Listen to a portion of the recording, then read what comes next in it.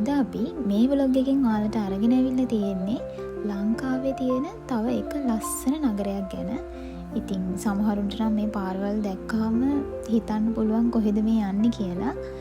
ඉතින් දන්නේ නැති අය මේ ව්ලොග් එකේ ඉස්සරහට බලා ඉන්න අද අපි කොහෙද මේ යන්නේ කියලා ඉස්සරහට කියන්න.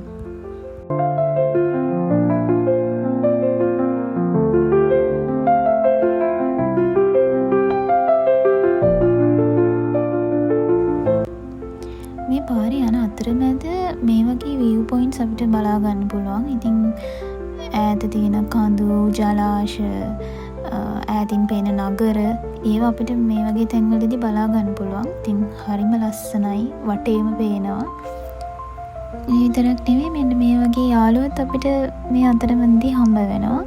ඉතින් මං හිතන්නේ මෙයාලට පාරේ යන කට්ටිය කෑම දීලා එයාලා මිනිසුන්ට හුරු වෙලා ඉන්නේ දැන්. එයාලා වාහනයක් නවත්තපු ගමන් ළඟට එනවා කෑම ඉල්ලගෙන.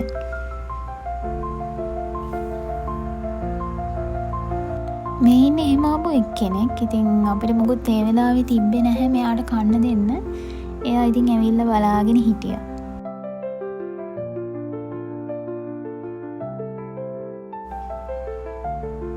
ඊට පස්සේ ඉතින් අපි ආයෙත් ගමන පිටත් වුණා. දැන් නම් අපි අර මං කියපු නගරයට ගොඩක් ළඟින් ඉන්නේ. ඔයාලා ගෙස් කළාද දන්නේ නැහැ. අපි අද මේ යන්නේ බණ්ඩාරවල. ඉතින් මේ වටපිටාව දැක්කහම මේක හුරු පුරුදු අයට නම් හිතන්න පුළුවන් මේ කොහෙද යන්නේ කියලා. ඉතින් මාරම ලස්සනයි. මම මගේ ජීවිතේ යන්න ආසම නගරයක් තමයි බණ්ඩාරවල කියන්නේ. මොකද බණ්ඩාරවල යනවා කියන්නේ අපේ අර තියෙන මහන්සිය ඒ දේවල් නැති වෙනවා. ඇත්තටම සීතල ඒ ක්ලයිමේට් එකත් එක්ක අපිට මහන්සියක් දැනෙන්නෙම නැහැ බණ්ඩාරවල යනකොට. ඉතින් මම මගේ ජීවිතේ යන්න ආසම නගරයක් තමයි බණ්ඩාරවල කියන්නේ.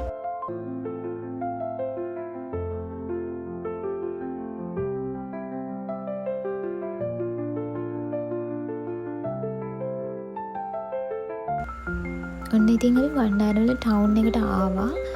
මෙතනින් එහා පැත්තේ තියෙන්නේ බණ්ඩාරවල රේල්වේ ස්ටේෂන් එක. ඉතින් එතනත් මාරම ලස්සනයි. ගිහිල්ලා තියෙන අය දන්නවා ඇති. මාරම ලස්සන රේල්වේ ස්ටේෂන් එකක් තමයි බණ්ඩාරවල රේල්වේ ස්ටේෂන් එක.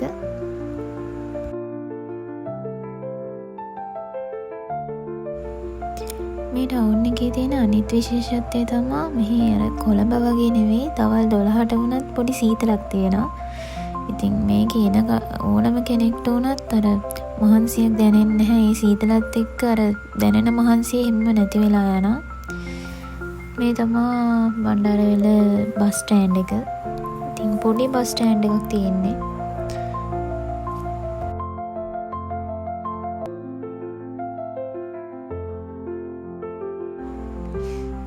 කිව්වේ නෑනේ අපි අද කොහෙද යන්නේ කියලා. අපි අද යන්නේ බණ්ඩාරවල මහා මෙවුනා අසපුව බලන්න.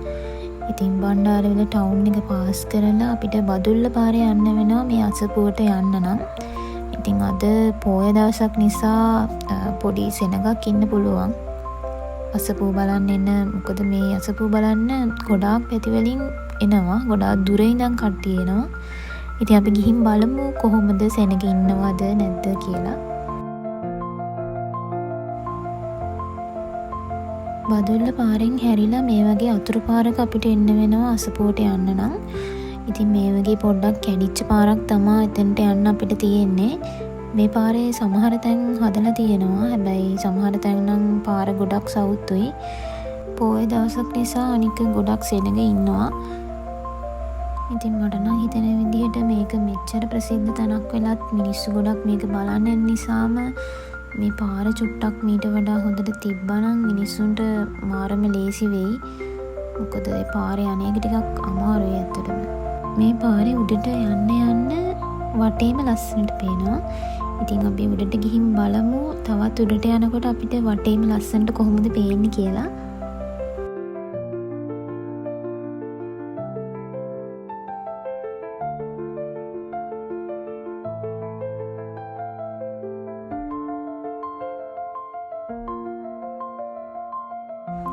ඉතින් දැන් නම් අපි උඩටම ඇවිල්ලා තියෙන්නේ. තව චුට්ට දුරයි තියෙන්නේ.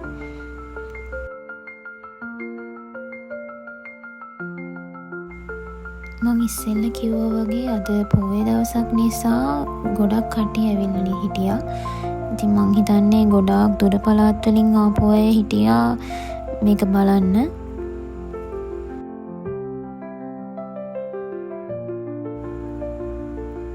ඉතින් මෙන්න මේ වගේ view එකක් තමයි අපිට උඩටම ආවහම පේන්නේ.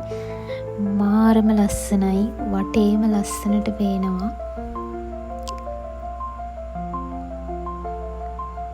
අර ඈතින් පේන්නේ අපි ආපු පාර. ඉතින් ඒ පාර දිගේ තමයි අපි දිගටම ආවේ. මං හිතන්නේ මෙතන හවසට තවත් ලස්සන නැති. උදේට අපි මේ ආවේ උදේ 9ට වගේ. එතකොට පොඩි අවුවක් තිබ්බා.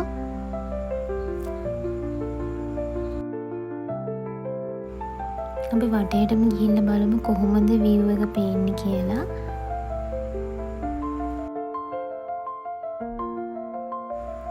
මං හිතන්නේ උදේ පාන්දරම අපි මෙතනට ආවනම් මීට වඩා ලස්සනට අපිට මෙතනින් view එක බලා ගන්න තිබ්බා.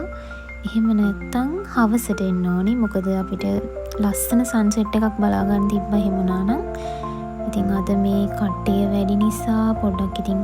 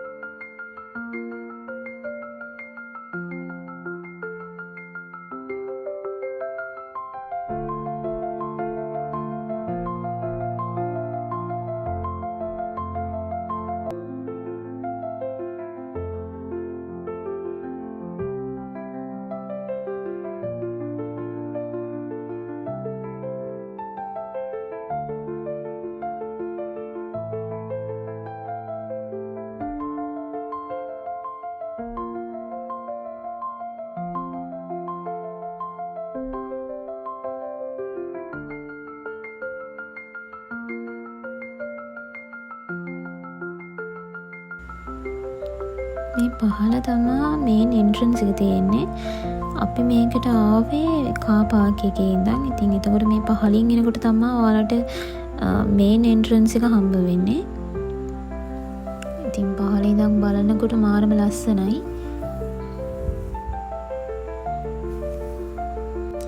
මේකේ අර ෆොටෝස් වලින් වීඩියෝස් වලින් බලනවට වඩා අර ඇත්තටම මේක ගිහින් දකින්නකොට මාරම ලස්සනක් තියෙනවා.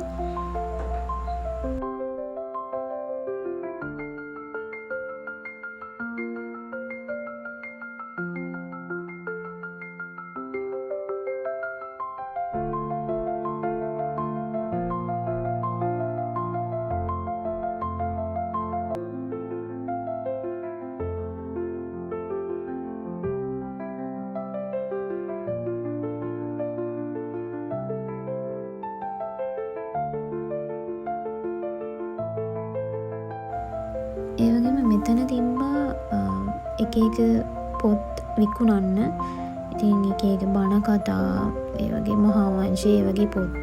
ඉතින් ඒව චුට්ටක් අපි බැලුවා. හැබැයි පොත් නම් ගත්තේ නෑ. ඉතින් කැමති කෙනෙක් ඉන්නවා නම් මෙතනින් ඒ වගේ දේවලුත් කන්න පුළුවන්. ඒ වගේම මම මෙතන දැකපු විශේෂම දෙයක් තමයි මෙන්න මේ වගේ ලස්සනට මල් වවලා තිබ්බා. මේවා මං හිතන්නේ බණ්ඩාරවැල විතරක් වගේ හැදෙන මල්. මොකද සීතලට හැදෙන මල් තමයි මේවා. මේවා අපි කොළඹ ගෙනල්ලා හිටවුවා කියලා ඇත්තටම රස්නෙට හැදෙන්නේ නැහැ. ඊට පස්සේ අපිට හම්බුණා මෙන්න මෙයාලව. එතන මාර ලස්සනයි. එක්කෙනෙක් නානවා.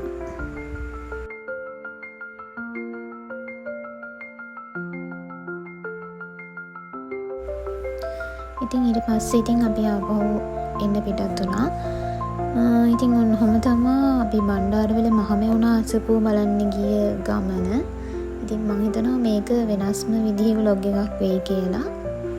මම ඔයාලට සජෙස්ට් කරන්නේ මෙතන මේ වගේ පොය දවසක නැතුව නිදහසේ නිවාඩුවක් නැති දවසක ඇවිල්ලා මෙතන බලන්න එන්න කියලා. මොකද එතකොට අපිට මෙතන තියෙන ලස්සන නිදහසේ විඳින්න පුළුවන්.